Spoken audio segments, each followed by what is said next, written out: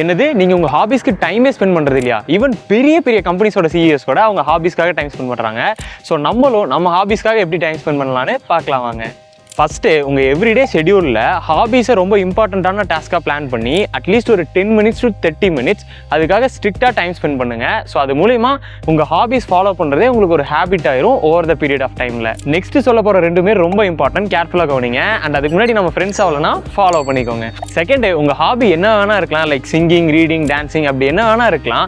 இனிஷியலாக டெய்லியும் ஒரு 5 to 10 minutes அதை ஃபாலோ பண்ண பாருங்கள். எதுவுமே பண்ணாமல் இருக்கிறதுக்கு அட்லீஸ்ட் இதாச்சும் பண்ணுவீங்க. ஸோ தட் உங்களுக்கு நல்ல ஒரு மோட்டிவேட்டடாக ஃபீல் பண்ணி ஓவர் த பீரியட் ஆஃப் டைமில் அது உங்களுக்கு ஹேபிட்டாக ஃபார்ம் ஆக அதிகமாக வாய்ப்பு இருக்குது. தேர்டு, உங்கள் ஹாபிஸை எவ்ரிடே ரொட்டீனோட கம்பைன் பண்ணுங்கள். லெட்ஸே காஃபி குடிக்கும்போது பாட்டு கேட்குறதா இருக்கலாம், இல்லை புக்ஸ் படிக்கிறதா இருக்கலாம், newspaper or any kind of podcast கேட்கறது மூலிமா உங்கள் லைஃபையும் இம்ப்ரூவ் பண்ணலாம், உங்கள் ஹாபிஸை ஃபாலோ பண்ணி ரொம்ப ஹாப்பியாக இருப்பீங்க. ஸோ இந்த மாதிரி மோர் வேல்யூபிளான வீடியோஸ் நம்ம பேஜில் இருக்குது, செக் அவுட் பண்ணி பாருங்கள்.